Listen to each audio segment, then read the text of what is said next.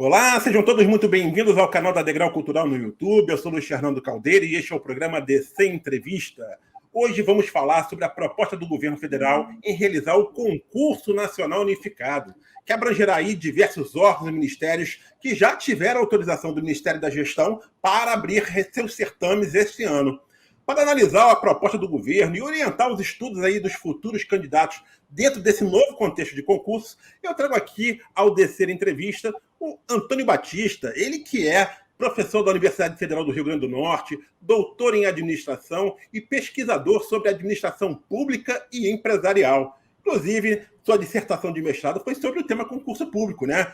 Por ser aí um especialista, um conhecedor no assunto, ele nos ajudará a entender melhor como é que vai funcionar esse concurso unificado nacional. Antônio Batista, é um prazer enorme recebê-lo aqui no DC Entrevista. Você que eu já conheço há bastante tempo, né? Já temos aí alguns projetos juntos, né, nessa área de concursos públicos, né? É um prazer agora poder aqui, pela Degrau Cultural, entrevistá-lo e a gente falar sobre esse tema aí que está despertando a atenção de muitas pessoas, né, que estão interessadas em saber mais sobre esse concurso unificado nacional que vai ser realizado pelo governo federal. Muito bom, meu amigo Luiz. Grande Luiz Fernando, parceiro, um grande parceiro. É uma alegria muito grande revê-lo, né? A gente segue aí em tantas atividades que a gente já desempenhou junto, desenvolveu juntos e tal. De fato, para quem nos acompanha aqui no DC Entrevista, a gente tem hoje nessa discussão sobre o Concurso Nacional Unificado, que é uma proposta do governo federal. Vamos tentar entender um pouco melhor, né, dentro daquilo que até então se tem, né? A gente sabe que há limitações de informação ainda, né? Mas certamente a gente vai avançar um pouco aqui. Vamos que vamos, vamos junto. Com certeza, mestre. Exatamente isso. Você tocou num assunto muito bom, né? Uma questão central, que ainda há poucas informações a respeito do concurso, né? Desse concurso unificado, o governo já deu algumas informações, quer divulgar o edital até o dia 20 de dezembro. Dentro do que a gente já sabe nesse momento, né? Como é que você enxerga essa proposta do concurso nacional unificado? Você apoia essa medida? Você acha que ela realmente vai trazer benefícios à gestão pública, vai trazer benefícios aos concurseiros? Ele é, de fato, um concurso unificado é algo positivo para o país? Muito bom, Luiz. Assim, eu acredito que a ideia de fazer uma seleção unificada, ela pode ser bem interessante. Ela pode ser positiva. Agora, isso vai depender fundamentalmente do planejamento e da execução.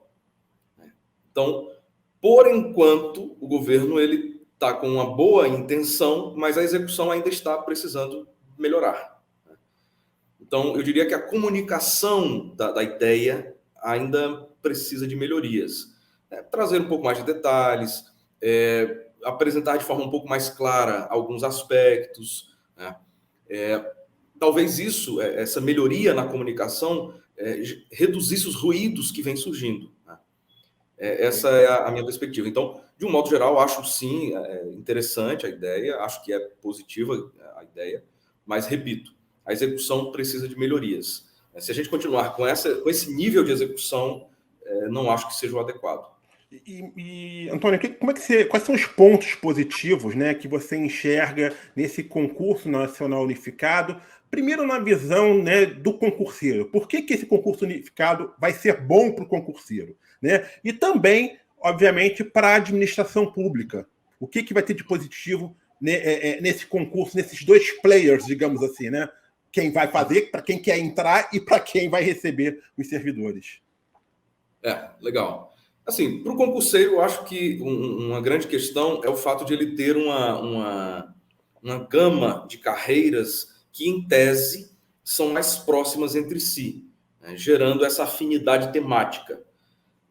Conceitualmente, isso seria uma afinidade vocacional. Então, para aquele concurseiro que atira para todo lado, de repente, quando ele tem um certo foco, ele não percebe, mas isso facilita a preparação dele.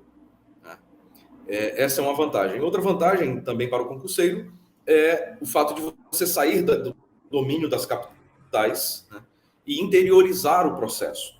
Então, alguns grandes concursos têm prova só em Brasília. Alguns outros grandes concursos, quando muito, tem prova em uma capital por região, 5, 6 capitais do Brasil, né?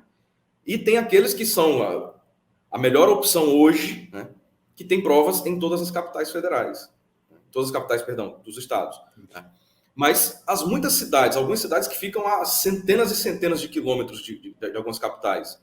Né? Alguns estados que são muito grandes. Né? Como é que fica esse povo? Né? Então, quando o governo propõe uma ampliação, né, de 27 capitais para 180 cidades, sem dúvida a gente tem aí uma inclusão de muitos candidatos que não poderiam participar.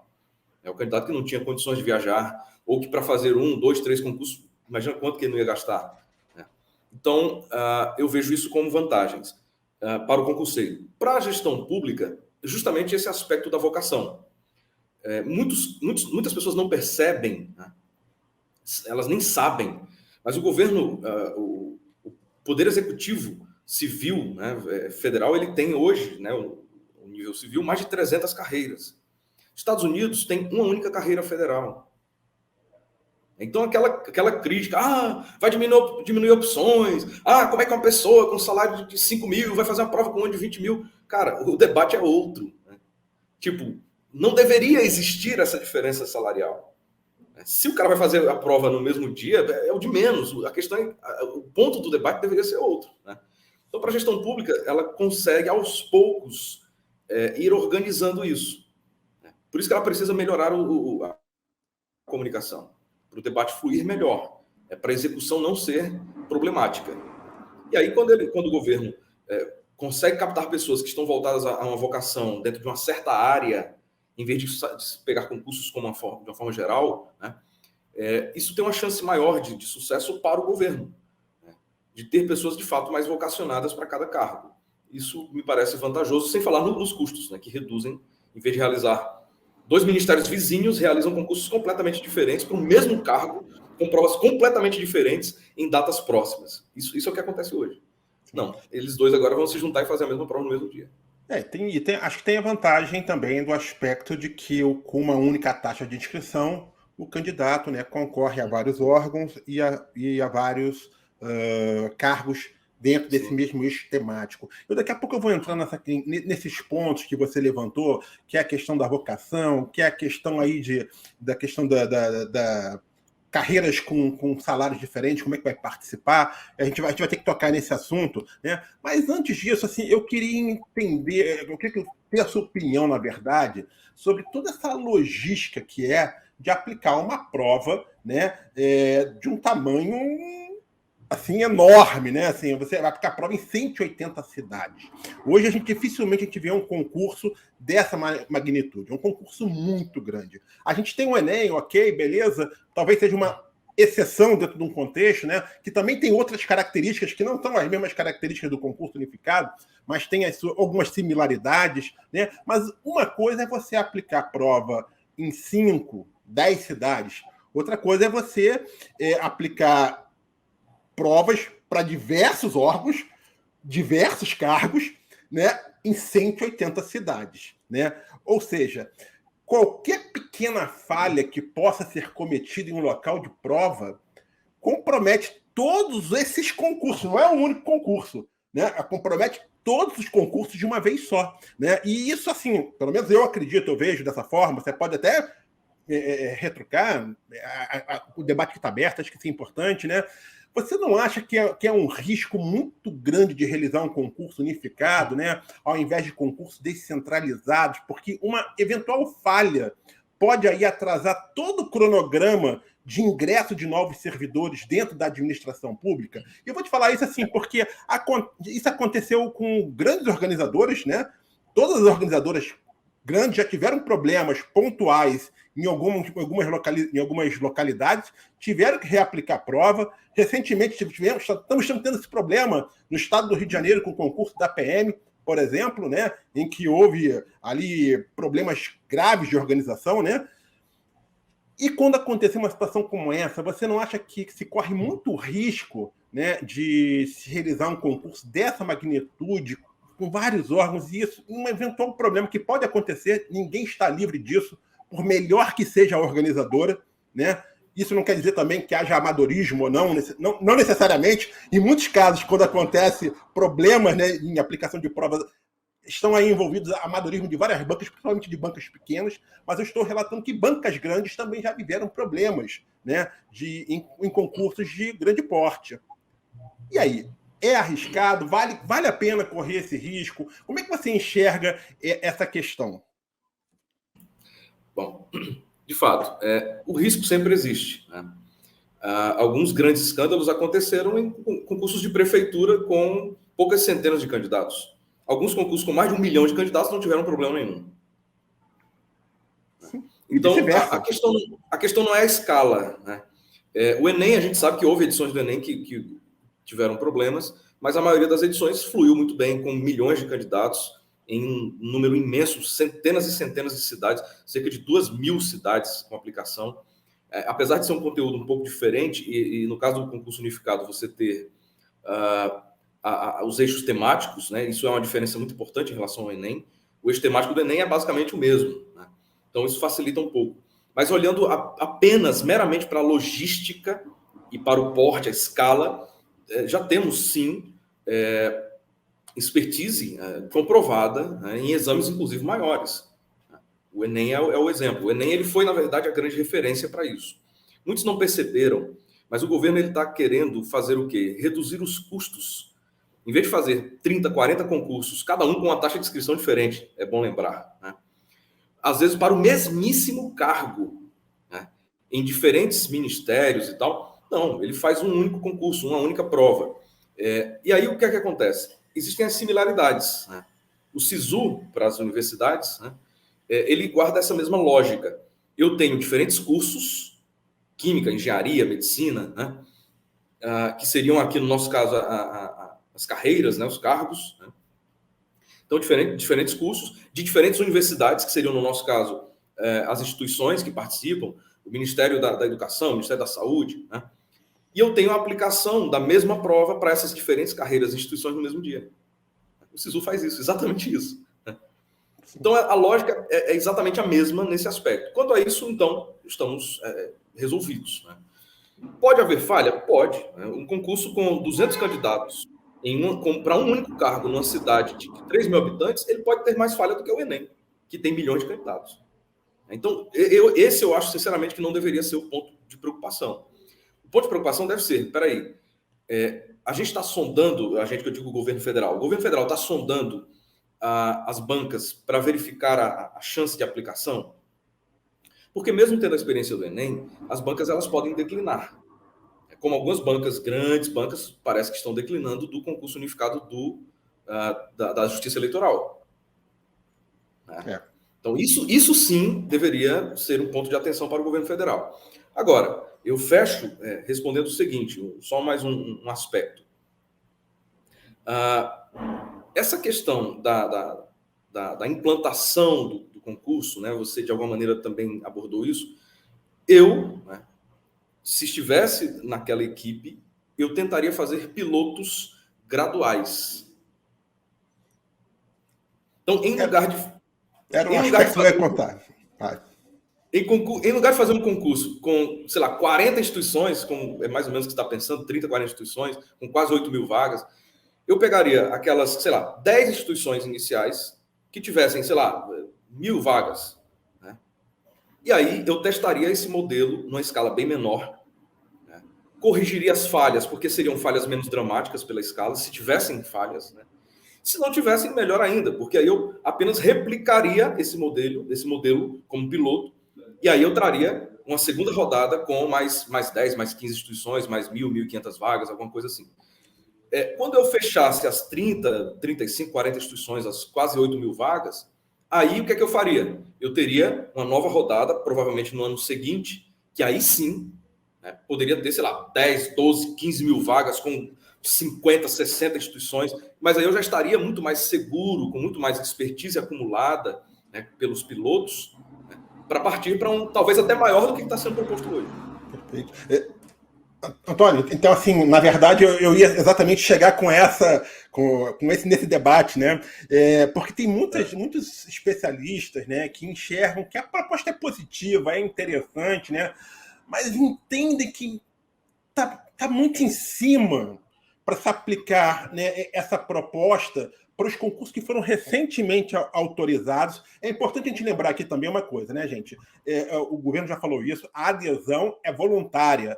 Não são todos os órgãos que vão participar. Alguns órgãos já anunciaram que vão fazer concurso de forma isolada. O INPI, por exemplo, é um órgão que vai fazer o concurso de forma isolada. Já houve outros também que vão fazer de forma isolada, né? Então, talvez não sejam 8.000 vagas, de repente seja até um quantitativo muito menor do que se prevê, mas esse aspecto realmente foi levantado por alguns especialistas, né? Será que não está muito em cima, né, para se fazer um concurso dessa magnitude, né, já querendo divulgar edital em dezembro, né, aplicar provas seriam inicialmente dia 25 de fevereiro, agora o governo já está falando que vai passar para março, né? Na sua visão, não seria melhor debater esse assunto também melhor com os próprios órgãos, né? Com a própria sociedade, né? Que os concurseiros que querem entender melhor isso, porque poucas informações foram divulgadas, ou até mesmo fazer o que você falou, fazer um piloto, talvez pegar uma área específica, eles estão dividindo em 8 blocos, né, temáticos, pegar um bloco temático só e fazer um teste com um bloco temático e depois, para 2024, e aí para frente, amadurecer essa ideia e implementar de fato, incluindo outros blocos temáticos, é o melhor caminho na sua visão, então, também? Concorda com isso? Você apoia também, entende que essa é a melhor forma? Assim, eu acredito que até mesmo o unificado geral, ele pode ser feito já de primeira, né? Mas quando eu sugiro uma transição, né, fazendo esses testes, né, pegando dos 8 eixos temáticos, vamos pegar 1 ou 2 para começar, né? Quando eu proponho isso, é muito mais por uma questão de aclimatação cultural. Nós estamos num país em que o concurseiro ele não sabe que existem mais de 300 carreiras, né? E ele acha, quando ele sabe disso, ele acha que isso é oportunidade. Isso é um baita de um problema. Os Estados Unidos têm uma carreira federal só. Portugal, onde você está, tinha centenas e reduziu para 12 carreiras, né? Então, o concurseiro, infelizmente, muitas vezes ele não percebe. Existem falhas por trás do processo que ele nem tem ideia, né? Então, seria muito mais, na minha visão, uma transição mais suave, seria muito mais nesse sentido de amenizar essa cultura que a gente possui e que está cheia de distorções. A quantidade de carreiras é um exemplo muito claro. Por isso que você tem um cara que está o cara é escriturário no Ministério da Fazenda, ganha 8.000.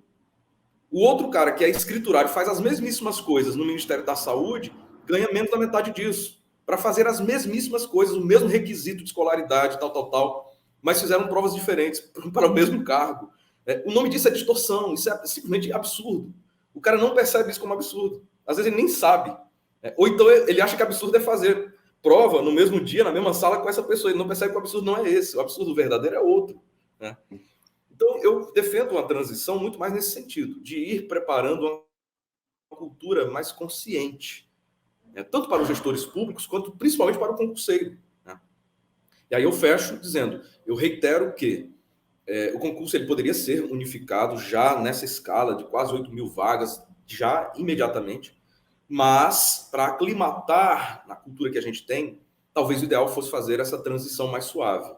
Pega os 8 eixos, começa com 1 ou 2, em vez de começar com 30, 40 instituições, começa com 8, 10 instituições, em vez de começar com 7, 8.000 vagas, começa ali com 1.000 vagas só, né? Que aí você tem mais chance de corrigir alguma coisa, e se der certo, como eu falei, você tem mais facilidade para replicar e ampliar nas próximas rodadas, né? Então, aí sim, aos poucos a sociedade iria entender melhor, assimilar melhor o modelo do unificado. É o que eu penso. Você tocou numa questão que realmente é uma dúvida muito grande dos concurseiros, né?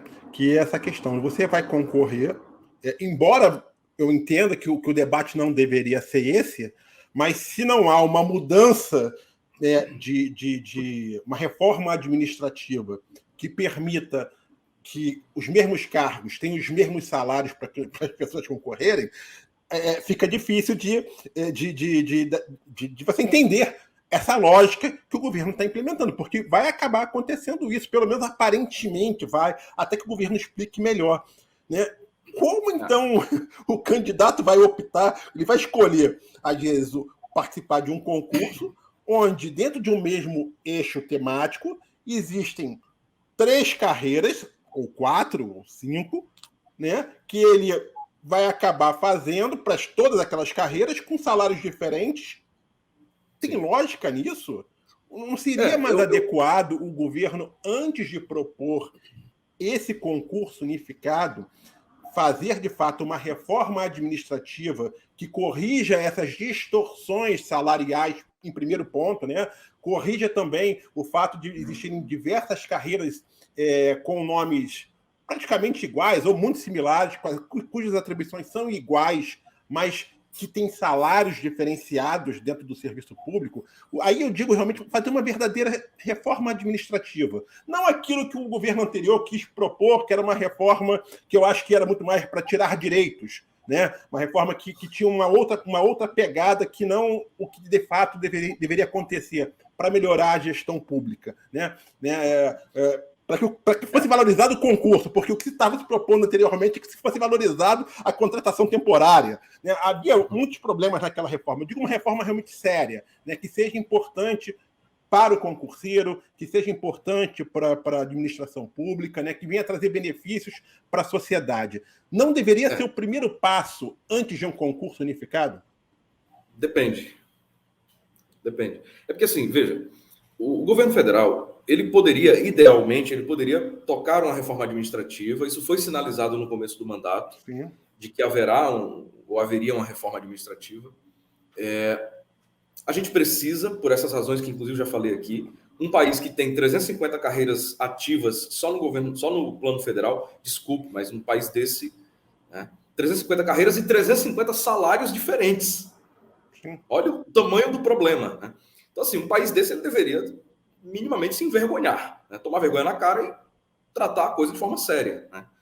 Por que fulano, que tem a mesma escolaridade que eu, tem os mesmos requisitos que eu, fez concurso igual ao que eu fiz, está num outro ministério, um cargo às vezes com o mesmo nome, na mesma legislação, ou melhor, não, em legislações diferentes, mas com a mesma atribuição e os mesmos requisitos, e ganha 2, 3 vezes mais do que eu? Isso que é ridículo. O concurseiro deveria pensar assim, não, peraí, isso é que é absurdo. Se eu vou fazer prova na mesma sala que esse cara ou não, é outra história, né? Então, nesse sentido, eu concordo, né? Em tese, o governo ele iniciaria por uma reforma administrativa para enxugar essas carreiras, que inclusive já foram mais. A gente já teve mais de 300, a gente teve muito mais do que 300. Hoje a gente tem 300, que ainda é muito. E eu reforço o exemplo aí de Portugal, né? O Luiz Fernando está em Portugal nesse momento. Portugal fez isso, transformou centenas de carreiras, né, em 12. A França tem bem menos também. Hã? A França tem bem menos, né? Que é o nosso. Sim, vários países têm um serviço federal muito mais interessante que o nosso, funciona muito bem, respeita a estabilidade, tem qualidade dos serviços e tem muito menos carreiras, né? Então, nesse sentido, talvez começar pela reforma administrativa seria interessante. Agora, eu compreendo, eu dou aqui o benefício da dúvida ao governo federal, né? Eu compreendo da seguinte maneira: o governo está tentando quase que inverter o processo. Não é que isso seja errado, é apenas uma questão de comunicar melhor isso. Se eu sou o presidente, eu sei que a reforma administrativa precisa passar pelo Congresso, pela aprovação do Congresso, eu sei o quanto isso demora, eu sei que o Congresso faz suas exigências, como a gente está observando aí, né? Sim. E aí eu tenho o concurso unificado, que eu posso propor sem depender do Congresso. Tá aí, né? Então, quando eu faço o concurso unificado primeiro, que eu não dependo do Congresso, vou organizando de alguma maneira as carreiras pelos eixos temáticos. Na sequência, eu proponho uma reforma administrativa, transformando os eixos temáticos em grandes carreiras. Foi isso que Portugal fez. Não nessa ordem, mas é o que foi feito, né? Então, o que há é uma mudança de ordem dos fatores. Mas se eventualmente for essa a lógica, eu vejo, não no curto prazo, mas no médio e longo prazo, como algo interessante, né? De novo, você trabalha com aquilo que é viável, fazer o concurso unificado não depende do Congresso, então você, né, vai como governo, você já vai e faz. Com isso, você usa o fundamento dos eixos para desenhar carreiras, propõe uma reforma administrativa depois, que aí sim dependerá do Congresso, Mas aí você teve o concurso unificado, você teve a experiência eventualmente positiva dos eixos temáticos. Então, isso vai ser um belo fundamento, inclusive para racionalizar essas 300 carreiras e elas se tornarem 10, 15, sei lá. 15 já seria muito, diga-se de passagem. Então, essa é a minha visão que eu trago para o que você está comentando aqui. Tranquilo. A gente vai voltar nesse tema novamente daqui a pouquinho, que eu vou tocar na questão salarial, para a gente entender, à luz do que existe hoje, como é que vai resolver essa distorção. Mas vamos lá, eu quero voltar a um outro assunto aqui que a gente tocou rapidamente, que é a questão da banca organizadora, né?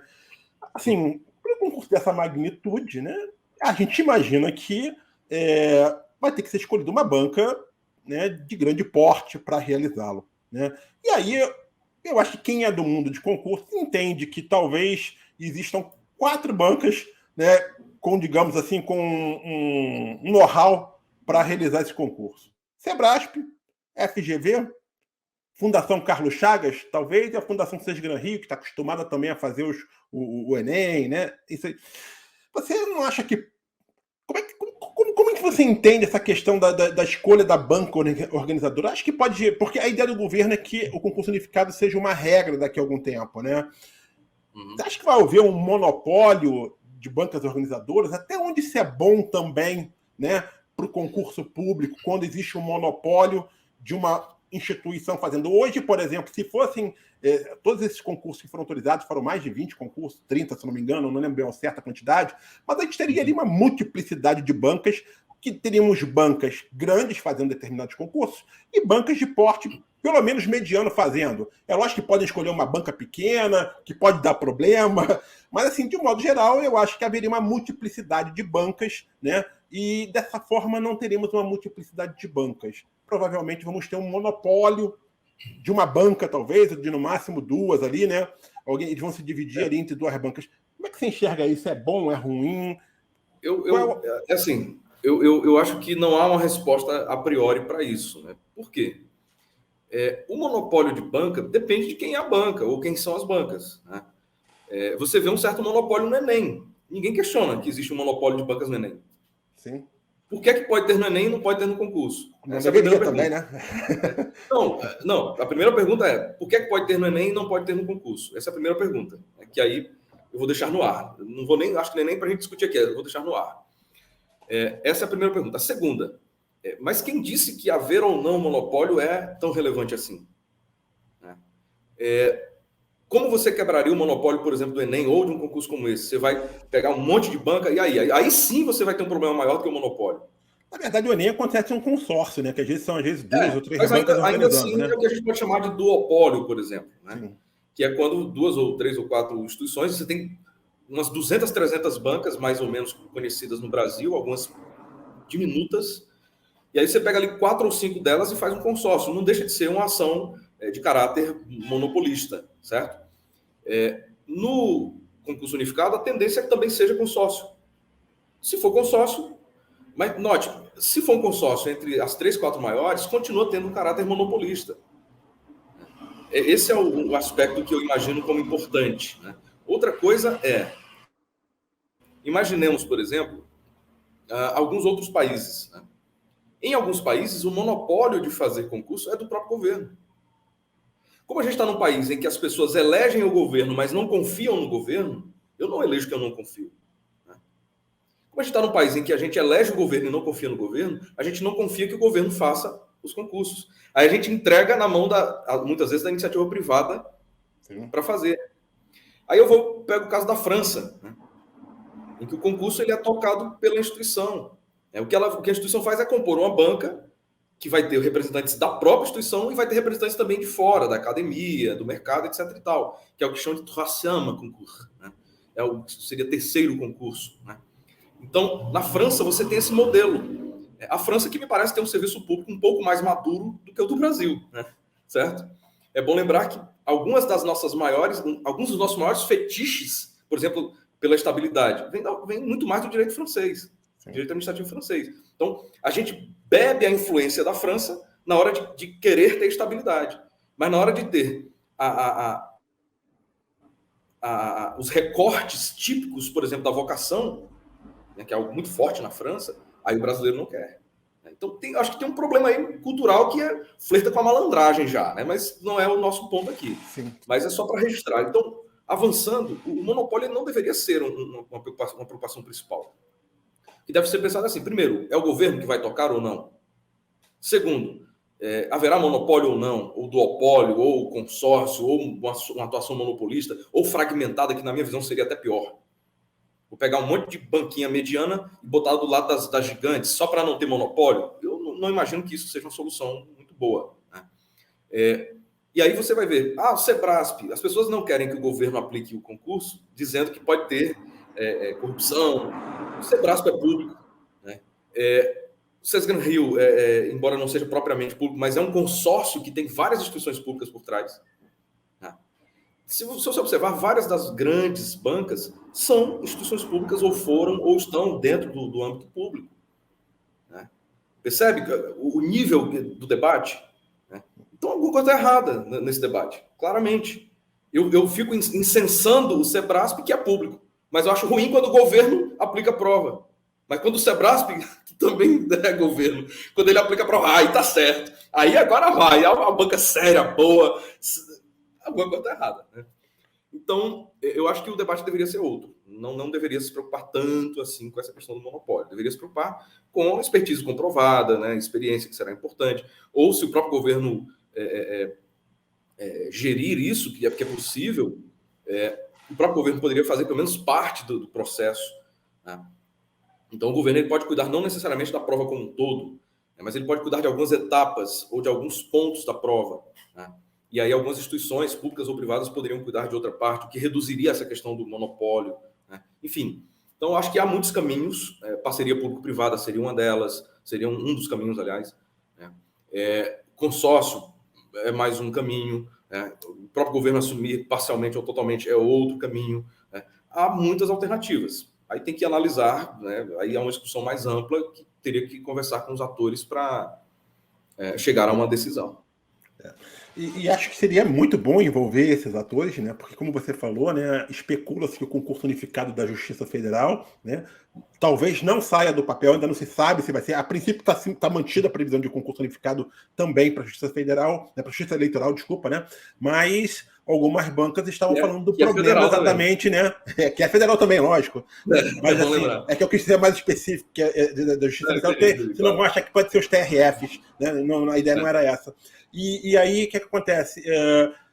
Algumas bancas teriam declinado, e aí fica meio também, né? Caramba, é um ator importante que tem que ser ouvido também, né? Quando você querer fazer um concurso dessa magnitude, né? As organizadoras, bancos organizadores têm que entender se realmente é possível, né? Se de fato essa é a melhor forma de se realizar concurso público, porque elas também têm um certo know-how, elas têm um know-how nessa área, né?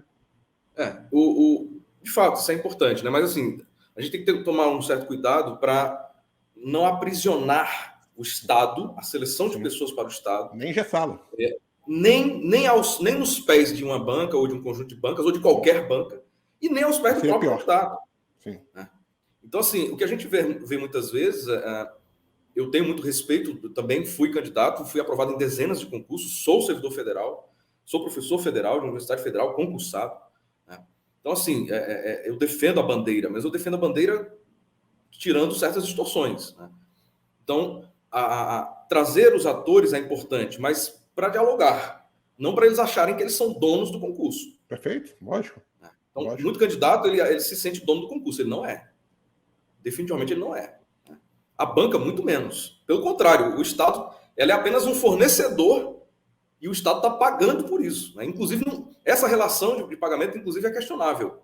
As pessoas veem como natural, de novo, a França. Não existe taxa de inscrição para concurso na França. Só para começo de conversa. Né? Certo? Só por aí a gente já percebe que pode ser que existam distorções profundas no Brasil. Perfeito. Certo? Então, acho que é um pouco por aí. Vamos ouvi-los? Vamos, mas não podemos ser reféns. Perfeito. O Estado está muito além de uma empresa, ou de um candidato isolado ou outro, ou de uma banca ou outra. Muito, muito além. Perfeito. Até porque a questão da eficiência, né, dos estados selecionar os melhores é o que está em prioridades. Né? Claro. E eu queria que você nos ajudasse, então, dentro do que a gente tem de informação, a entender melhor como é que vai funcionar esse concurso unificado, né, nacional unificado. A principal novidade desse modelo é que as vagas serão divididas por 8 áreas de atuação governamental, correto? Sendo que cada uma delas vai abranger diversos órgãos e cargos que desempenham funções similares, é isso? E aí eu vou aqui, isso aqui eu tenho aqui a colinha, quais são as áreas. Uma área seria administração e finanças, a outra setores econômicos, infraestrutura e regulação, a terceira, agricultura, meio ambiente e desenvolvimento agrário, a quarta, educação, ciência, tecnologia e inovação, a quinta, políticas sociais, justiça e saúde, a sexta, trabalho e previdência, a sétima, dados, tecnologia e informação pública, e a oitava seria o nível intermediário, né, que são os cargos de nível médio. O candidato vai ter que optar por uma área só. É isso, mestre? É assim, vamos lá. Em linhas gerais, eu preciso fazer uma ressalva antes, né? A comunicação do Ministério da Gestão e Inovação, que está tocando a proposta do concurso unificado, ela ainda precisa de algumas melhorias, né? Algumas definições têm que acontecer ou ser mais claras. Então, a gente vai aqui trabalhar dentro daquilo que ainda se sabe, né? Mas, em linhas gerais, qual é a ideia? Você tem um edital. Hoje, como é que é? Se você quiser trabalhar em 3 ministérios diferentes, mesmo que você só tenha vocação para um dos 3, você faz concurso para os 3. Né? E aí você faz 3 provas, você paga 3 taxas de inscrição, você vai ter 3 dias diferentes, que podem ser em semanas diferentes, pode ser em meses diferentes, em anos diferentes, né? Salários diferentes, etc. Isso é o que temos hoje. O que é que o governo propõe? Emitir um único edital com dezenas de instituições. Pode ter Banco Central, pode ter Ministério da Saúde, pode ter Ministério da Educação, pode ter o INCRA, INSS, por aí vai. Então, um único edital em dezembro, até 20 de dezembro, é o que se pretende, que teria dezenas de instituições que ofertam as suas vagas.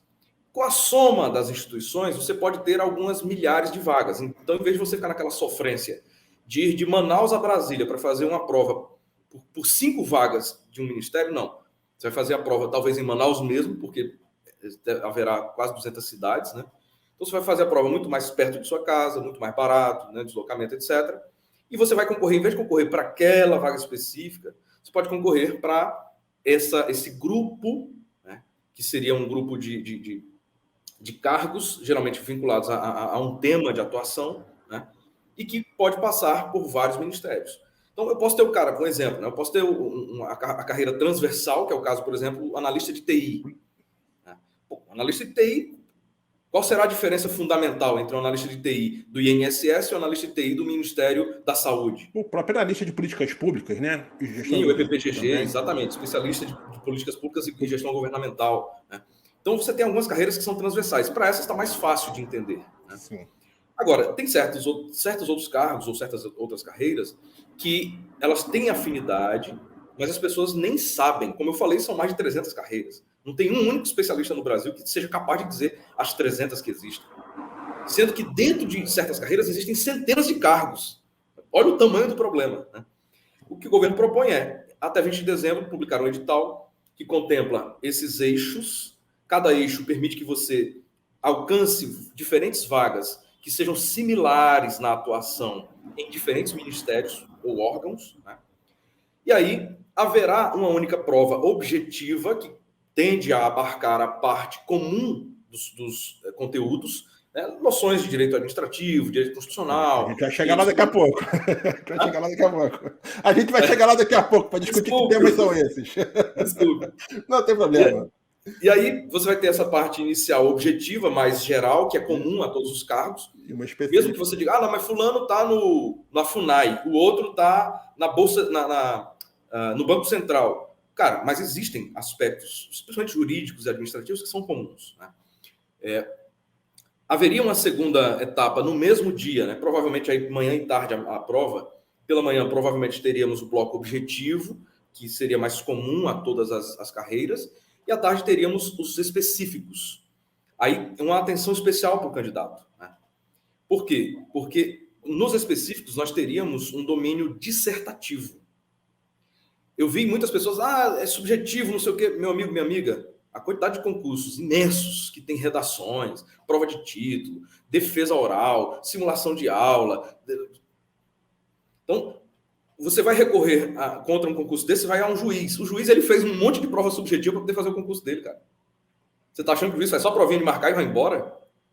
É outra distorção que a gente tem, né? Enfim. Então, feita essa fase dissertativa, aí nós vamos para decisão, que vai variar de órgão para órgão.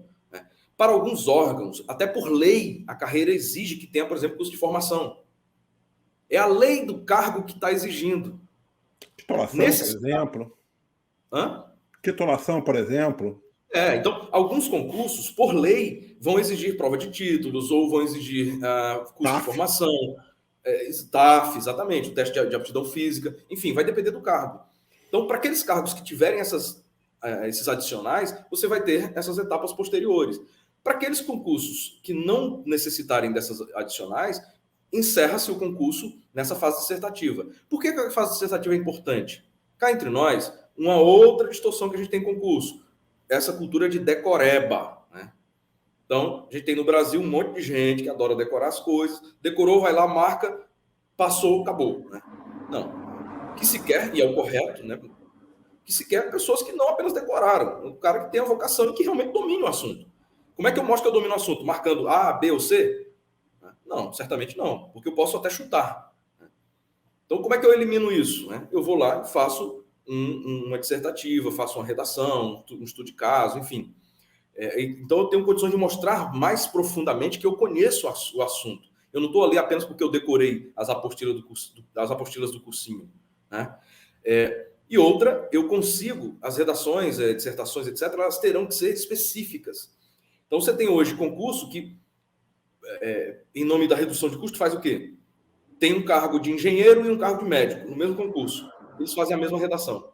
Uma redação sobre, direitos humanos. Não. Seria interessante que o médico fizesse uma redação específica sobre o cargo dele. E o engenheiro fizesse uma dissertação específica sobre o cargo dele. Então, note que são correções de distorções que estão sendo propostas. Na sequência, os resultados você faria mais ou menos como faz hoje com o SISU.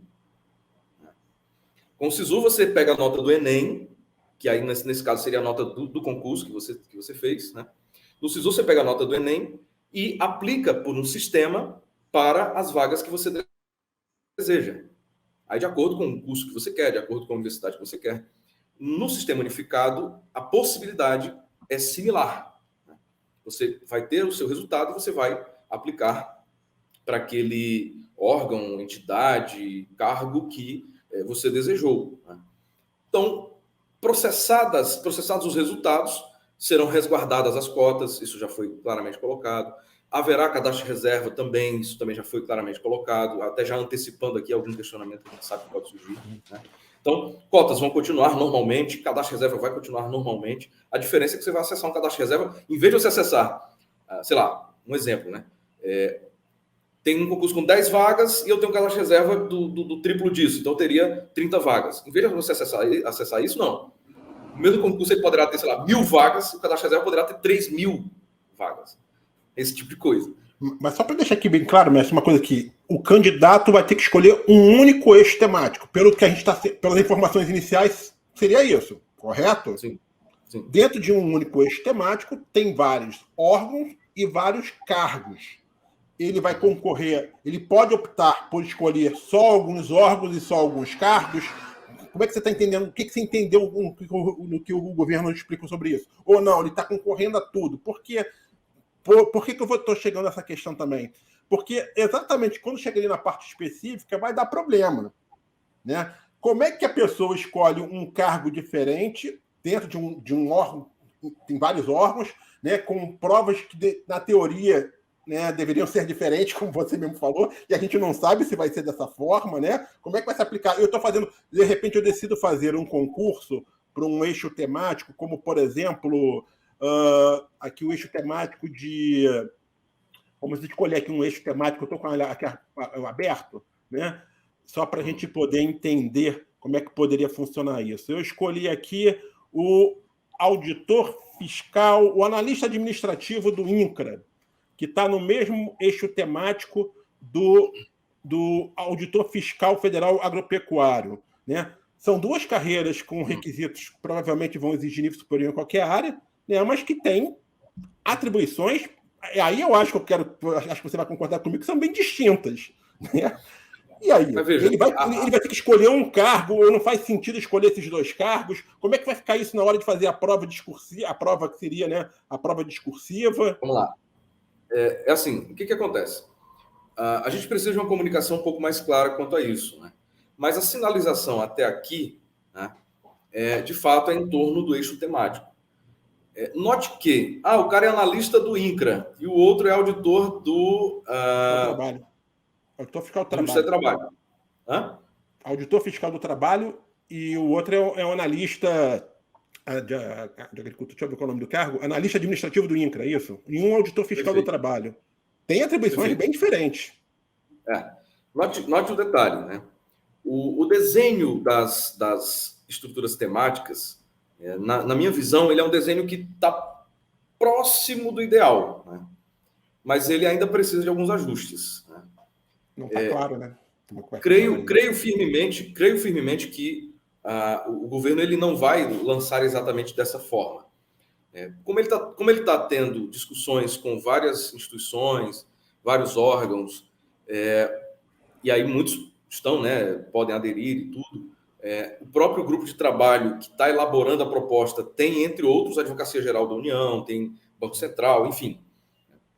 Tem a ENAP, né, Escola Nacional de Administração Pública. Não me parecem que sejam instituições que não saibam a diferença entre um analista do INCRA e um auditor fiscal do trabalho. Só um adendo, que aí entra a questão da remuneração, que são totalmente diferentes. Não teria como ele concorrer ao mesmo cargo, né, concorrer aos dois cargos com salários diferentes, com perfis diferentes. A questão do salário, sinceramente, nem tanto, né? Porque assim, eu escolhi, aí eu uso a lógica do SISU, né? Então, eu escolhi a Universidade X, que não tem nem a metade do conceito no MEC que é a Universidade Y. Eu sei que os conceitos são diferentes, eu sei que a que eu escolhi não tem nem a metade do conceito da outra, né? Mas eu fiz um SISU que, em princípio, me permitia concorrer para ambas, independentemente da mudança, da diferença entre elas, né? Então, quanto ao salário, uma lógica similar poderia até ser pensada. Mas eu acho que, quanto às atribuições, aí sim o problema é maior, né?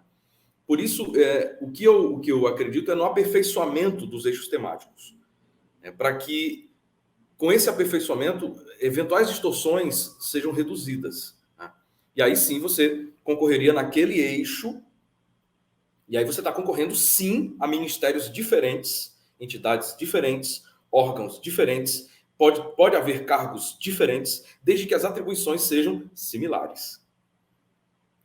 Eu acho que o governo precisa explicar melhor como é que vai funcionar esse processo de inscrição. Também não ficou claro. Eu acho que, não sei, eu estou nessa área há muito tempo, né? Você também. Você acha que realmente isso também não está bem explicado dentro das regras que existem? Eu sei que há distorções, mas já que vai ser feito o concurso com essas distorções, é preciso se entender como é que vai ser feito esse processo de inscrição de forma mais claro, né? Será que o governo sabe disso? Como é que vai ser feito? Sabe. Eu estou na dúvida. Ele sabe que precisa ser mais claro, né? Ótimo. Isso é um fato, né? Mas assim, o que acontece? É verdade, a ideia, de forma geral, ela é interessante, ela é positiva. Sim. Ela racionaliza os custos, né? Tanto para o governo, que em vez de fazer 30 concursos para o mesmíssimo cargo, pode fazer um concurso só, né? Então reduz muito os custos. Reduz custos para o candidato, que em vez de pagar 30 taxas de inscrições, vai concorrer às mesmas 30 áreas, ou melhor, as mesmas 30 vagas em uma área só, com uma taxa de inscrição só. Reduz custos também, porque você, em vez de estar viajando, atravessando o país para fazer uma prova, você pode fazer uma prova numa cidade polo do seu estado, eventualmente até na cidade que você mora, que hoje muitas cidades nem entram nesse universo dos concursos federais, né? Então, quando muitos são só as capitais. Então, há uma série de questões interessantes. Agora, o ponto fundamental da distribuição de avaliação, que são os eixos temáticos, né? Esse ponto ele vai ser muito, muito, muito importante. Ele vai ser central, né? Esse ponto, justamente ele precisa de uma comunicação mais clara. Então, o governo ele deve aproveitar, certamente vai aproveitar a interação que tem como eu falei, são várias instituições que estão colaborando de forma mais direta. Você tem o Ministério de Gestão, você tem a Advocacia Geral da União, então é importante, inclusive, para dar essa sustentação jurídica, né? Eu vejo muito concurseiro dando aula de direito aí nos fóruns, nos chats, nas lives, e ele esquece que a Advocacia Geral da União está lá, né?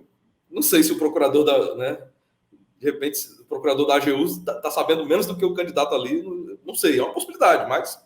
Né? E aí tem a ENAP, né, que entende um pouco de qualificação, entende um pouco de mapeamento de competências, né? A Escola Nacional de Administração Pública também está lá. Né?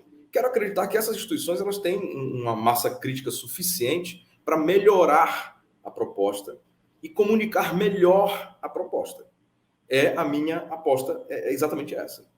Mestre, uma outra questão também aí que o governo coloca como uma grande vantagem é exatamente a questão da democratização, de que a prova vai ser aplicada em 180 cidades, né? O candidato vai pagar uma única taxa de inscrição. De fato, isso democratiza as oportunidades, né? Mas muitos concurseiros também enxergam que essa democratização não é tão grande assim, a partir do momento que o modelo só permite que o candidato concorra a cargos e órgãos que sejam do mesmo bloco de atuação.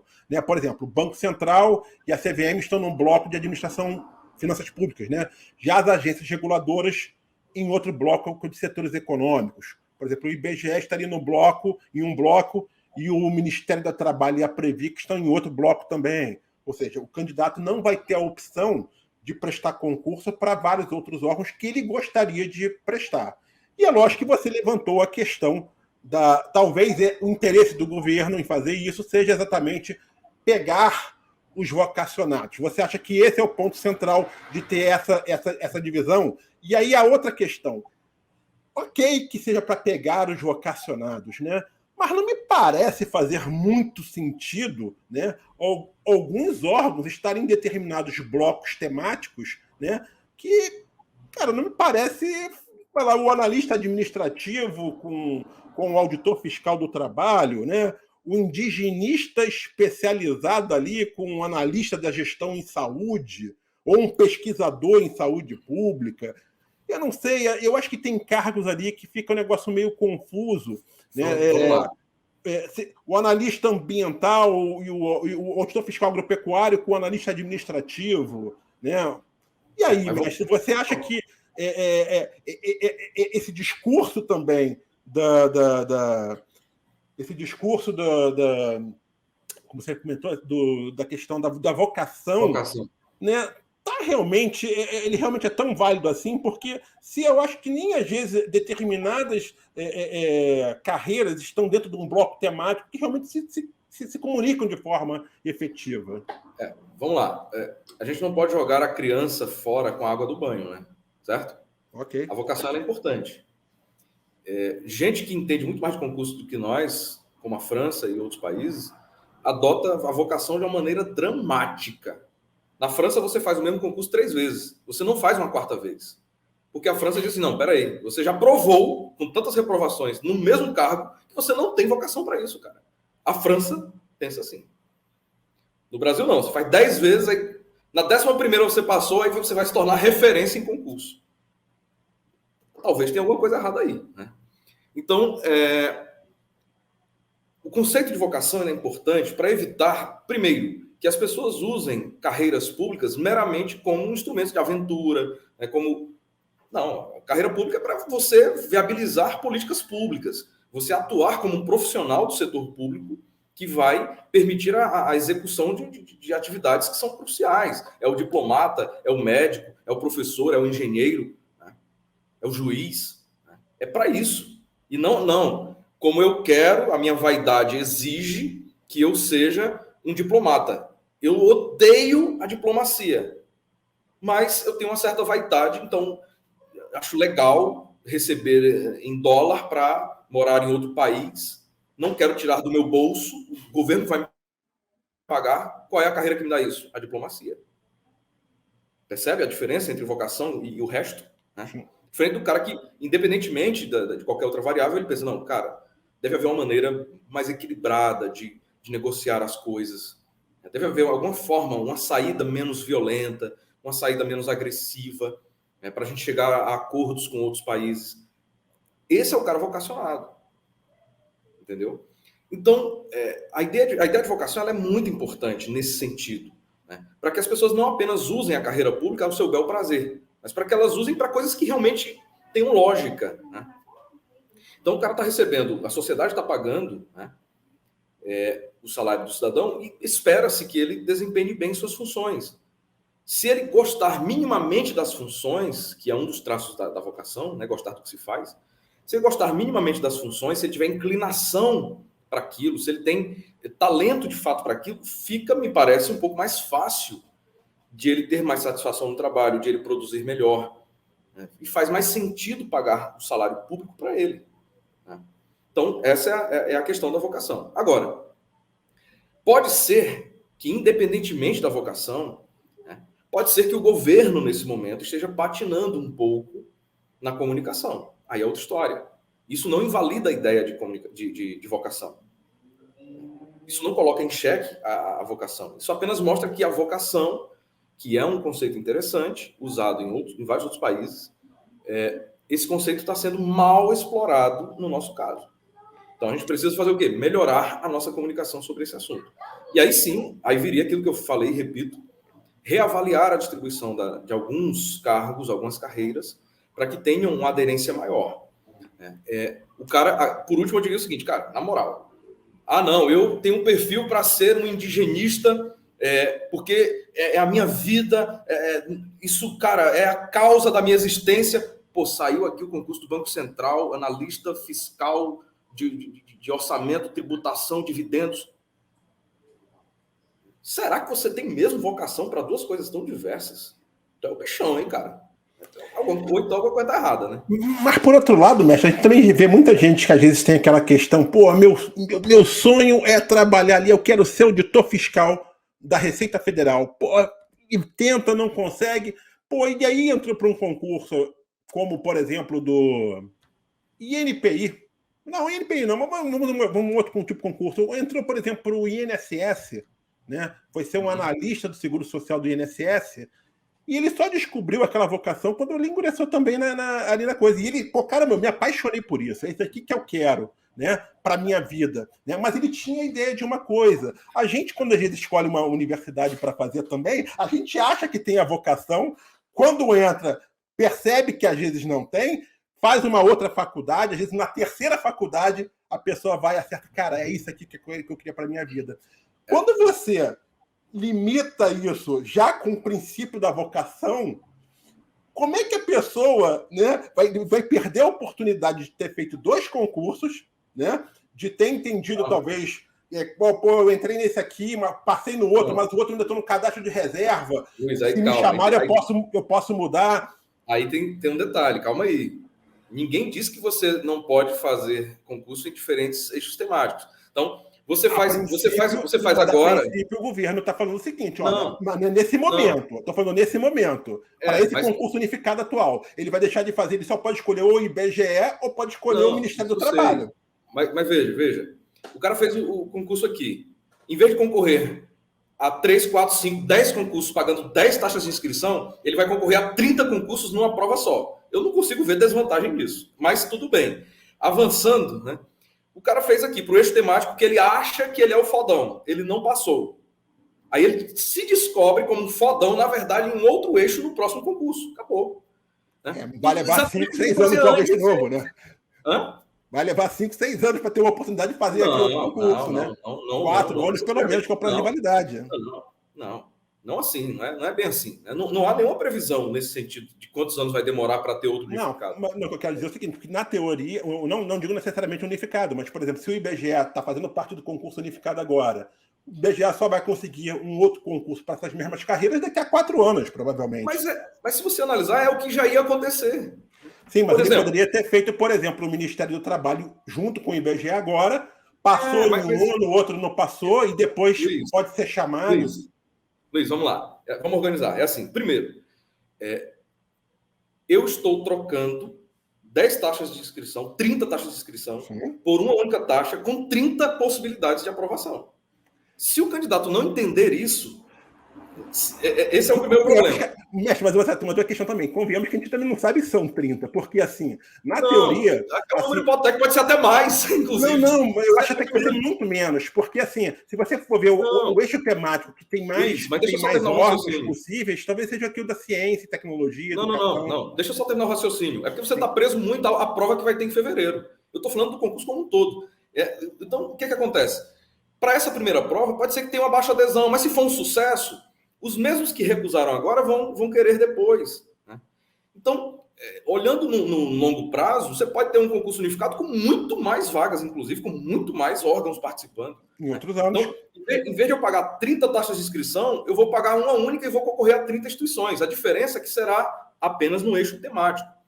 Se eu não conseguir me virar num eixo temático com 30 instituições, eu sendo fodão, aí não, eu conseguiria me virar se fosse a prova isolada do INSS, isolada do Banco Central, isolada do Ministério da Fazenda. Peraí, né? Percebe? Tem uma coisa que não está... Agora, tem um outro detalhe que eu queria dizer. Sabe o que é? É assim, eu acho que é legal a gente avançar nisso para compreender melhor. Você falou, mas o cara vai, sei lá, o INSS vai demorar 4 anos para fazer o concurso. Sim, hoje, se eu fizer o concurso do INSS isoladamente e não passar, eu vou ter que esperar os mesmos 4 anos para fazer o INSS de novo daqui a 4 anos. Mas teoricamente ele podia ter feito também para outra área temática diferente. Sim, mas a diferença é que hoje eu faço o INSS, não passo e tenho que esperar 4 anos para fazer o INSS de novo. E pode perder também o unificado e fazer o outro. Mas no unificado eu posso pegar o INSS e mais umas 20 instituições na lapada só. Olha só. Pode. Você entendeu? Então, se o cara não conseguir fazer essa matemática que é tão simples, cara, ele está no lugar errado. Na verdade, eu acho que tem pontos positivos e negativos, porque assim, você perde, às vezes, também as outras áreas temáticas. Você poderia ter uma certa afinidade. Você ganha dentro das mesmas áreas temáticas, mas perde em áreas temáticas diferenciadas. Você poderia também ter afinidade. Aquilo que você falou, né, da universidade. Cara, você faz um primeiro vestibular, começa a faculdade, você pode mudar de ideia, enfim. Eu sei que isso pode acontecer no serviço público também.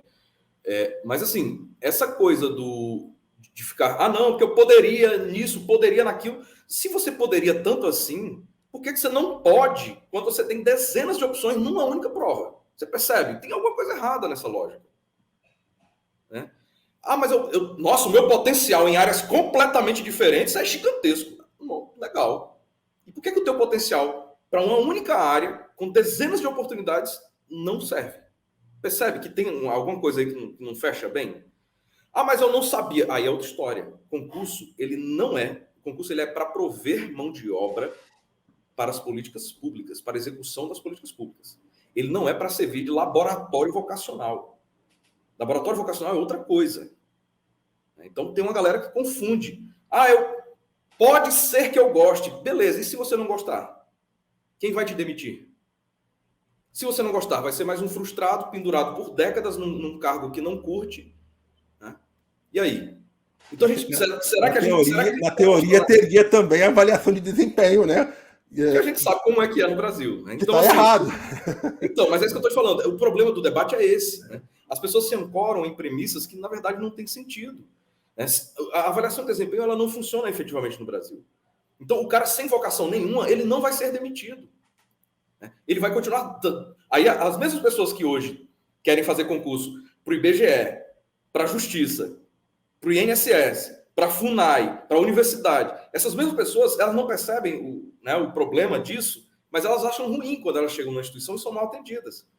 O cara é mal atendido, às vezes, não é por falta de treinamento, não. Às vezes é porque a pessoa que está ali não tem vocação para aquilo. A pessoa que está ali não curte aquilo que faz, nem domina o assunto, apenas passou na provinha. Né? Mas aí tem uma coisa maior do que a vocação para o órgão. É a vocação para o serviço público. Sim, lógico. É diferente. Concordo. Mas, assim, é porque a vocação para o serviço público ela é mais ampla. Né? Mas, dentro dela, você precisa ter atuações específicas. Não dá para eu ter uma atuação tão ampla que eu não saiba nem qual é o meu cargo. Né? Então, eu preciso... O nome disso normalmente vai ser cargo ou carreira. Né? Então, essa dimensão mais específica ela é fundamental porque ela é o dia a dia. Né? Então, se eu sou um cirurgião, eu não estou fazendo aquilo que o analista de TI faz. Se eu sou um engenheiro, eu não estou fazendo o que a enfermeira faz. Agora, eu tenho que ter vocação, pelo menos, nessas profissões. E aí o que eu vejo é assim, o cara fechando essa questão, quando a pessoa diz, mas eu posso descobrir, vai que eu descubra. Pois é, o problema é o vai que.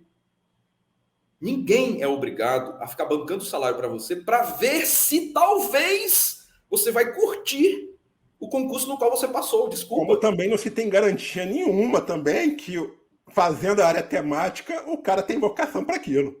Porque Mas assim, o conhecimento vai prevalecer do que a vocação. Mas aí tem um detalhe. A dimensão específica das temáticas, ela tende a aproximar mais você da Tende a vocação. aproximar, mas não é uma garantia também. Não, ninguém está falando de garantia aqui. O governo nunca falou, eu muito menos. Né? Apenas você reduz essas discrepâncias que a gente tem hoje. Né? Então, o cara chega aqui, marca uma prova inteira ali no X e vai embora. Né? Que vocação é essa? E ele faz isso para um cargo de cirurgião, ele faz isso para um cargo de arquiteto, ele faz isso para um cargo de psicólogo. Concordo. Isso é vocação? Não é. Agora, quando eu coloco uma avaliação específica, e além de específica, inclusive dissertativa, discursiva, etc., fatalmente eu me aproximo mais da vocação. Garantia eu nunca vai ter garantia, mas eu me aproximo mais. Quando eu me aproximo mais, eu tiro aquele cara que é só um oportunista. Esse oportunista, o problema dele qual é? Ele tá olhando só para o umbigo dele. Mas ele esquece que quem paga o salário dele não é o umbigo dele. É a sociedade, são milhões de pessoas. Eu vou fugir aqui um pouquinho da parte. A gente já está aqui quase praticamente com 1 hora de gravação, ainda tem outros pontos para serem abordados, e vou até pular uns pontos polêmicos, porque eu acho que, de certa forma, a gente já debateu aqui, eu só ia aprofundar um pouco mais. Eu quero ir um pouquinho exatamente para aquilo que você adiantou, você deu um passant ali, eu te cortei. Vamos falar sobre isso rapidamente, que é a questão provas de conhecimentos comuns e provas de conhecimentos que seriam específicos. O que seria esse eixo comum, já que o próprio secretário do Ministério de Gestão falou que seriam conhecimentos comuns, inclusive, que serviria para a administração privada, para o serviço público privado, né? Não necessariamente para o serviço público. E o que seria esses conhecimentos específicos dentro dessa multiplicidade de carreiras, né, que fazem parte, que inclusive têm características diferentes, como a gente já citou aqui. Tá entendendo? O que você imagina inicialmente pelas disciplinas comuns? O que seriam essas disciplinas comuns? Seria exatamente português, raciocínio lógico, informática, direito administrativo, direito constitucional, como se imagina? Ou vamos ter outras coisas? Lógico, ética no serviço público também, que é uma possibilidade. O que você imagina de conhecimentos básicos e de conhecimentos específicos? Vamos lá. Legal. O bloco comum, que seria uma avaliação objetiva, teoricamente comum a todos e tal, ele tende a ter essas disciplinas, né, que são, de fato, transversais. A língua portuguesa, o direito administrativo, o constitucional, mas outros mais, direitos humanos. Né? Por quê? Porque, independentemente de onde você esteja, essas noções, elas sempre se apresentam de forma direta ou indireta. Né? Eu sou analista do Banco Central. Tá, você vai esquecer que existem direitos humanos por isso? Você vai agir só como um robô por isso? Não. Não é só o cara que está lá na FUNAI que tem que lembrar de direitos humanos. Ao mesmo tempo, direito administrativo. O cara que está lá na FUNAI, lá na aldeia com os índios, tal, é claro que ele tem que ter conhecimentos indigenistas, aquela coisa toda, ótimo, né? Legal, tá certo. Mas é óbvio que ele tem que ter noções, do ponto de vista administrativo, de quais são seus direitos e deveres. Isso é direito administrativo. Ele tem que saber o que é estabilidade, até para ele ter condições de se defender, de evitar abusos, assédios de chefias contra ele, ou de, sei lá, o cara tá lá, o cara quer invadir a terra indígena, o cara não sabe quais são os direitos daquele servidor da FUNAI que está ali. Mas o servidor da FUNAI tem que saber. Né? Então, você tem uma dimensão de direito administrativo que é óbvia. Do mesmo jeito, o cara está na CVM, o cara está lá analisando bolsa de valores. Mas ele tem que saber quais são os limites da atuação dele. O que é que ele pode ou não pode fazer. O que é proibido para ele ou não. Isso é direito administrativo. Né? Então, esse núcleo comum, que pode envolver, né, direito administrativo, constitucional, direitos humanos, noções de ética, talvez português, informática, talvez raciocínio lógico, isso precisa de uma maior clareza, mas provavelmente passaria por esses esses aspectos. E aí você avançaria os conhecimentos específicos. Hã? E o que seriam, então, os conhecimentos específicos, né? Acho que os conhecimentos básicos devem passar por aí, realmente. Acho que não tem muito que fugir, talvez, né, mestre?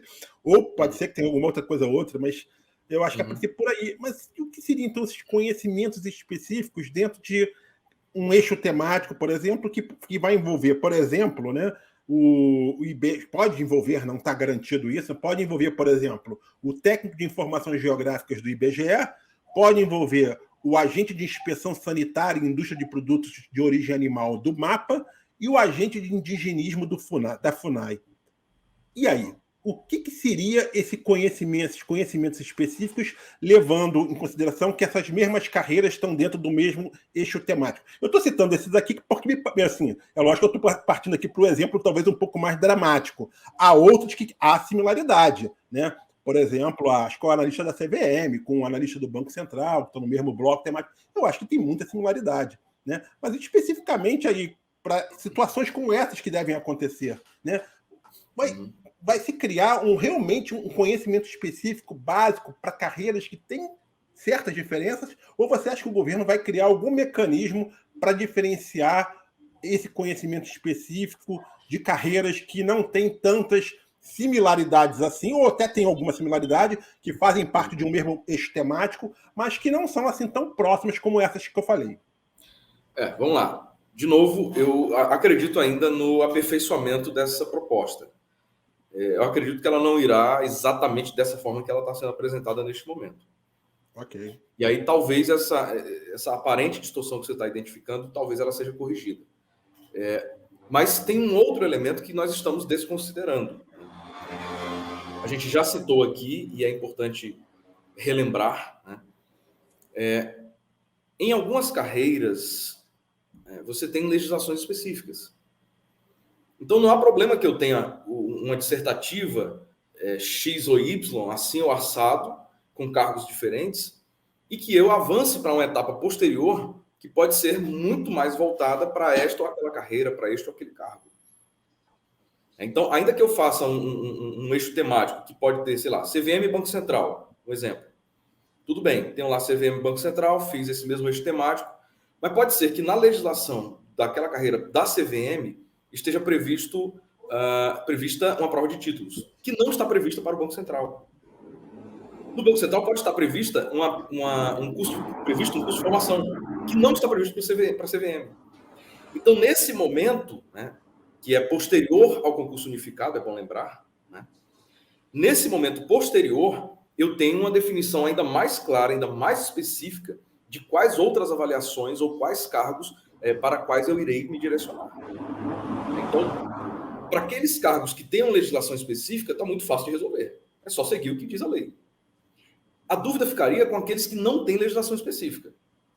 É nesse ponto, na verdade, que há uma dúvida e que ainda não foi suficientemente comunicada pelos proponentes do modelo, né?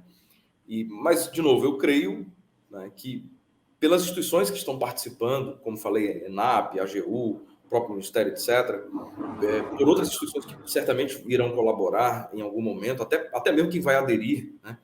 Então, um Banco Central da vida não vai aderir e dizer, faça aí de qualquer jeito. Ele vai aderir e vai dizer, não, eu preciso de um perfil assim assado, eu preciso que a legislação do cargo é essa aqui, eu tenho que cumprir isso aqui, né? Tem essas avaliações aqui, essas etapas aqui, além do unificado, tem que ter obrigatoriamente essas outras etapas.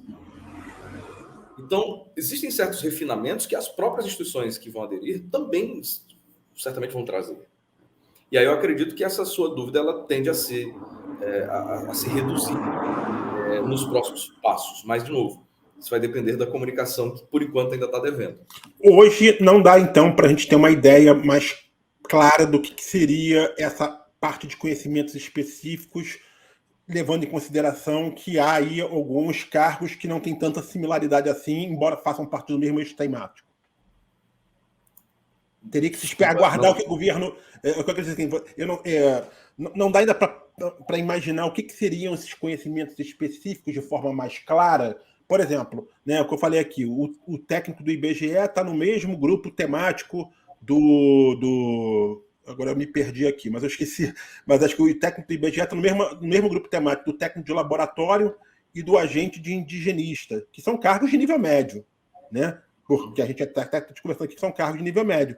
Mas que, na teoria, se fosse um concurso individual, as disciplinas específicas seriam bem diferentes de uma das outras. Deixa eu falar uma coisa para você. É assim, uma coisa que pode estar acontecendo muitas vezes nós somos induzidos ao erro pela nomenclatura dos cargos. Então, o técnico da área de retaguarda do Inmetro, ele faz a mesmíssima coisa que o técnico de retaguarda da FUNAI, ou o técnico de retaguarda do Banco Central, ou o técnico de retaguarda do INSS, ou o técnico de retaguarda do Ministério da Educação, e assim sucessivamente. Por quê? Todos eles fazem exatamente a mesma coisa. Que é o quê? Manipulação de documentos, formulários, planilhas, digitação de ofício. É exatamente isso que muitos cargos que têm um nome todo diferentão, é o que eles fazem. Então, se você pegar hoje o cara que está lá, nem é o caso exatamente da discussão, mas só para a gente entender melhor. Se a gente pegar hoje o cara que trabalha na retaguarda da Caixa Econômica Federal e o cara que está no administrativo do IBGE, né? E o cara que está que é o técnico do Seguro Social do INSS, o cara que é escrevente do Tribunal de Justiça, fala para mim o que é que todos eles fazem. Além de planilhas, ofícios, memorandos, comunicados, né? Operar sistemas corporativos, institucionais, comunicação oficial. Diga aí, não tem. Né? Entendeu? Então, a visão que se adota é essa. É de tirar esse entulho gigantesco de centenas de carreiras diferentes que fazem a mesmíssima coisa. Né? Por exemplo, o técnico de ciência e tecnologia do CNPq é um digitador de formulário, de planilha, de ofício. É o cara que os analistas e outros cargos chegam para ele lá e dizem, precisa digitar esse ofício aqui, precisa fazer essa planilha aqui. Então, muitas vezes o cara que é técnico de pesquisa científica do CNPq nada mais é do que isso. Né? Aí você pega o cara que o técnico da área administrativa judiciária do Tribunal Federal, não sei das contas. É o quê? Um digitador de planilha, de formulário. Né? O juiz, o desembargador, os analistas chegam para ele, precisa digitar essa sentença, ou precisa digitar esse auto de infração. Acabou. Entendeu? Então, não se prenda às nomenclaturas ou mesmo às áreas. Né? Procure pegar, peraí, o que é que esse cara efetivamente faz? Você vai perceber que tem uma galera que tem nomes completamente diferentes que fazem a mesma coisa. Correto, mas quando se faz o concurso para o técnico judiciário da área judiciária, vão se cobrar direitos, vários direitos, e para o técnico de origem animal não vai se cobrar isso, e vai se cobrar coisas mais específicas dessa carreira. Mas aí tem uma falha. Mas aí tem mais uma falha. Cobra-se 350 direitos diferentes para o técnico judiciário para ele ser um digitador. Mas o que eu quero dizer é o seguinte, eu concordo, a falha existe, né? Mas o concurso vai ser realizado dentro dessas falhas. Dentro dessas falhas, o que a gente pode esperar de conhecimentos específicos para áreas que ficam meio assim? Não ser conhecimentos específicos mais genéricos também? Aí a falha que a gente chama de academicismo. Né? Você pede 6, 8 direitos diferentes para um técnico judiciário, para ele, na prática, ele ser apenas um atendente de balcão e um digitador de processos. Você sabe que na prática é isso. Né? Então, a falha está em cobrar esse monte, por isso o academicismo, esse monte de conceito que ele não vai usar. Né? O que se pode fazer? Das duas, uma. Né? Ou você pode manter algo mais próximo do que tem hoje, cobrando esse monte de noções que ele não vai usar, mas que são específicas. Né? Ou você pode corrigir a falha. Né? Pegar o quê? Não, deixa eu pegar as atribuições efetivas do cara e vou cobrar as atribuições. E não aquele monte de conceito bonito que eu acho bonito, mas que ele não usa no dia a dia. Né? Então, qual caminho o governo vai seguir? Isso não está claro. Quando ele pega o eixo temático, ele dá a entender que poderá seguir esse segundo caminho, mas isso não foi comunicado claramente ainda. Se for feito esse segundo caminho, eu acho, sinceramente, uma evolução, um ganho muito bom. Acho que é uma correção de uma distorção. Né? Mas, de novo, isso ainda não está comunicado claramente. Hoje, frente ao que se tem no momento de informação, muda alguma coisa na preparação do candidato para estudar para concurso público? Ou a preparação tem que continuar sendo o que está sendo da mesma forma que está sendo? E isso é lógico para fazer esses concursos federais, né? Não muda para os outros estados, municípios, administração indireta, não muda nada. Eu digo para esse conjunto de concursos que vai fazer parte desse concurso unificado, né? Muda alguma coisa na estratégia de estudo do candidato? A interdisciplinaridade, você acha que é algo que vai ser explorada com mais intensidade no concurso unificado? O que você está imaginando, né, em termos de prova, e como é que o candidato estuda para esse novo modelo de concurso público? Vamos lá. Uma coisa que eu esqueci de comentar, era para ter comentado no início, né? Eu vejo uma preocupação excessiva com o modelo unificado, e aí esse pessoal, eu não vi esse barulho todo com o unificado da Justiça Eleitoral, por exemplo. Eu sei que a escala é outra, mas não deixa de ter um certo princípio similar, né? Mas aí só tem 2 carreiras, técnico e analista, né? Tudo bem, mas nesse é porque você acessa várias outras com a mesma prova, né? Então, assim, seria mais um motivo para o pessoal talvez questionar mais a Justiça Eleitoral do que o unificado do governo federal, né? O princípio geral de unificação está sendo seguido, é isso que eu quero falar. Então, você não vê essa situação toda com a Justiça Eleitoral. Mas tem outro detalhe, né? O Brasil ele já teve concursos unificados décadas atrás. Teve um unificado da Justiça Eleitoral, inclusive. Sim. Segundo. Mas assim, o que eu estou falando, do próprio Executivo já teve. Então, assim, décadas atrás, né, tem uma galera que faz todo um questionamento, mas desconhece a história, né? Então, eu acho que assim, você não é obrigado a ser favorável ao contrário, só melhore os seus argumentos. Né? O ponto falando em preparação, cara, neste momento, a melhor preparação consiste em acompanhar as decisões, porque se você começa a estudar muito agora e espera só sair o edital, você vai perder uma série de informações decisivas até lá. A gente pode ter atualizações, acredito que teremos. A gente pode ter mudanças, correções de rumo, né? O governo ele pode, eventualmente, alterar a distribuição dos eixos temáticos, né? Ele pode trazer um nível de detalhamento maior para a parte específica. Cada um desses detalhes, que pode acontecer antes mesmo do edital ser divulgado, é bom lembrar. Esses detalhes, de novo, eu preciso dizer isso. Aliás, até deveria, né? Para esclarecer. Sinceramente, eu também acho. Então, assim, é bom lembrar que isso pode ser divulgado antes do edital. Não espere o edital. Não espere o edital. Não caia na falha, que é muito comum, de esperar o edital sair para começar a estudar. Não faça isso. Então, o que você vai fazer? Cara, você sabe quais são os eixos temáticos. Você sabe, nos eixos temáticos, quais são as instituições e os cargos que estão associados. Isso já está divulgado, isso é público. Se você sabe que o teu eixo é o 1, né? Um exemplo aqui, né? Digamos que você dá, sei lá, administração financeira, orçamentária, tem Banco Central, tem CVM, não sei o quê. Se a tua pegada é essa, então tente já ir se direcionando para isso. Esqueça os demais eixos, né? Até porque não vai poder fazer. Exatamente. Mas primeiro isso. Segundo, né? Primeiro escolha um eixo que você de fato queira, que você se identifique. O nome disso é vocação, mas nesse caso também será estratégia de sobrevivência. Um eixo que você domine, que você conheça mais, que você curta mais, que você se identifique mais. Então pegue esse eixo, coloque debaixo do braço, fique acompanhando as atualizações, pegue as provas específicas, principalmente as dissertativas, mas as específicas desses cargos. Então, por exemplo, digamos que eu quero analista da CVM. E aí, digamos que ele está no eixo 1. O que é que eu faço neste momento? Eu pego provas anteriores, né, as mais recentes, desse cargo, né, e vou analisar a parte específica, principalmente se tiver a parte dissertativa. Note que algumas redações hoje cometem a falha que já mencionei aqui, né, de analisar, fale sobre uma enchente, né? Fale sobre direitos humanos em relação à enchente, o pessoal que perdeu a moradia. Tá, interessante, o tema relevante. Fale sobre sustentabilidade ambiental. Mas às vezes o cara vai ser um analista de seguro do INSS. Então, os concursos hoje têm essa falha. Eles perdem a oportunidade de analisar o específico.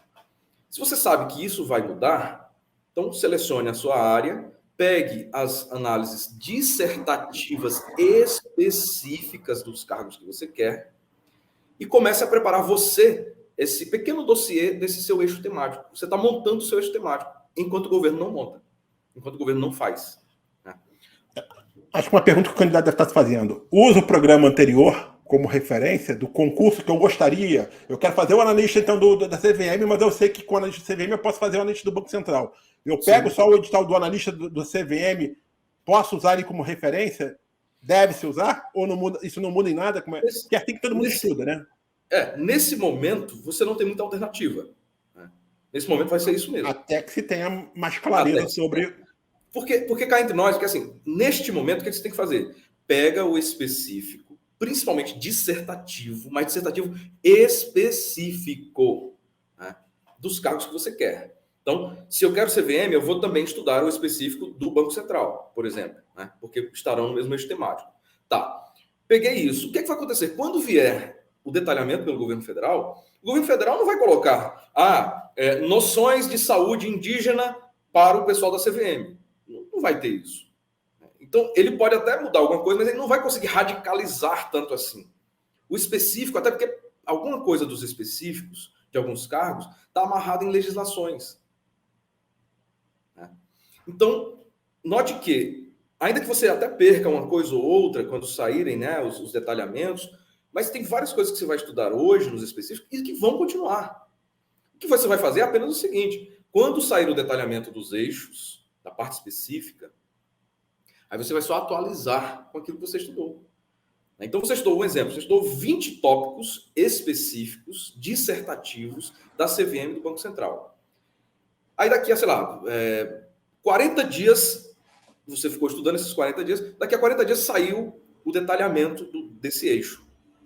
Desses 20 tópicos, você viu que, sei lá, 12 continuam e 8 foram descartados. Beleza. Esses 12 são o teu diferencial em relação ao cara que ficou esperando sair edital. Ok. E sem falar as disciplinas básicas que tendem a ser mantidas. Português, né, direito administrativo, direito constitucional, que são coisas básicas. Mas para a gente finalizar aqui o nosso bate-papo, esse debate que foi bem legal, né, eu queria que você deixasse essa mensagem final, né, para todos aqueles que pretendem participar desse concurso unificado, essa mensagem final, uma dica final para todos aqueles que vão ter essa oportunidade de participar desse, digamos, né, histórico concurso unificado que vai ser aberto pelo governo federal. Legal. Primeiro, só agradecer aí o companheiro Luiz, né, grande parceiro, já de longa data aí, são vários anos de parceria em várias frentes, em vários projetos, geralmente voltados a concursos públicos. Né? Então, temos aí um longo histórico muito bacana, agradeço demais. Para quem nos acompanha, né, no DC Entrevista, cara, pensa assim, se você de fato quer, né, se você de fato sonha, né, o que você precisa agora é apenas canalizar os seus esforços e as suas estratégias para um modelo um pouco diferente do que você vinha fazendo. Mas o mérito de planejar, de estudar, de se preparar, né, esse mérito ele continua. É nesse mérito que vai residir boa parte da tua chance de sucesso. Aquela fórmula antiga, né, de HBE, né, hora bunda estudos ou hora bunda cadeira, esse tipo de coisa, ele continua, cara. Né? Então, não se preocupe tanto assim. Se você estava se sentindo muito preparado, muito preparada, por exemplo, para o Banco Central, se você de fato estava se sentindo preparado ou preparada, o que você vai fazer são adequações dessa preparação. Você não vai jogar a preparação fora. Entende? Não tem como deixar de analisar certos assuntos de cada um dos cargos ou de cada uma das carreiras. Tem certos assuntos que são tão centrais, alguns até impostos por lei, que isso não se perde, não tem como se perder. Então, a única diferença é que você estava estudando para aquele concurso. Se você for uma pessoa focada, você estava, né, de olho em um concurso. E agora, a tua preparação, a tua prova, né, que você vai fazer, vai te dar acesso a vários concursos de uma única vez, com uma única prova. Né? Então, transforme isso em oportunidade. Para quem está vendo dificuldade, não sei o quê, de novo, vá estudando as específicas dissertativas dos cargos que você quer, já no eixo que você escolheu, que é da tua identificação, que você curte, que você domina. Quando saírem definições, uma parte do que você está estudando agora será preservada. E isso vai ser um diferencial. Você sabe que se você estuda antes do edital, você cria diferenciais em relação a quem espera o edital sair. Você sabe disso. Isso vai continuar valendo. Então, faz isso, cara. E a gente vai querer comemorar no seu churrasco a sua aprovação. Luiz e eu esperamos o seu convite. Manda pra gente convite. Estou esperando o convite, por favor. Tá? Antônio, quero agradecer a sua participação aqui no DC Entrevista, por você ter arrumado um tempo aí nessa sua agenda, que eu sei que é super aí concorrida, conturbada, para vir aqui conversar com os nossos alunos e futuros alunos da Degrau Cultural sobre esse concurso nacional unificado, né, que realmente é uma novidade, que as pessoas estão aqui aguardando mais informações e acho que o debate foi muito positivo, né? A ideia é exatamente essa, trazer alguém que consiga exatamente mostrar aspectos diferenciados que fogem aí, de repente, daquele olhar mais simples, né? Do concurseiro, aquele olhar de quem às vezes não está tão envolvido também na administração pública como você já teve, acho que foi bem legal. Né? E as portas estão sempre abertas para você aqui na Degrau Cultural. Mais uma vez, agradeço a sua participação, Antônio. Show de bola, meu querido. Grande Luiz Fernando, DC Entrevista, Degrau Cultural, para os candidatos e para as candidatas, os concurseiros e as concurseiras. Grande abraço, um beijo e estamos esperando o convite para o churrasco da sua aprovação. Luiz e eu. Abração. É isso aí. Tchau. Eu também vou ficando por aqui, mas antes de ir, eu peço que você, concurseiro, dê o seu like nesse vídeo, caso tenha gostado, compartilhe esse link aí com todos os seus amigos que pretendem aí participar desse concurso nacional unificado. No mais, acompanhe também os nossos conteúdos aqui do canal da Degrau Cultural, estamos sempre preparando aí conteúdos especiais para você, acompanhe as nossas redes sociais e também a seção de notícias do site da Degrau Cultural. Um grande abraço a todos e até a próxima, gente. Valeu!